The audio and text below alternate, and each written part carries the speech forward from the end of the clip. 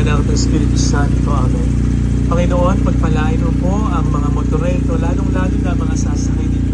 Sa kanilang pagparoon sa gawain man sa paglilibang, yung iba namang lahat nilang kasama sa daan. Iadyan niyo po sila sa kapahamakan, ito sana'y makatulong sa kanilang pamilya, maging sa kanilang mga negosyo, trabaho at paglilibang. Lagi mo silang paalalahanan, Panginoon, daw mag-drive na nakainom, lasing nila sin, galit na nila, litong-lito at mabilis na mabilis.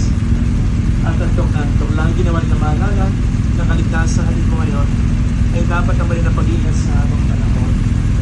Pagpalain mo po, Panginoon, ang mga rosaryo nilalagay nila sa kanilang motor upang sa paghawak pag hindi maramdaman nila ang pagkapanang at maiparamdam ginawa nila ang kanilang pagmamahal at pananampalataya.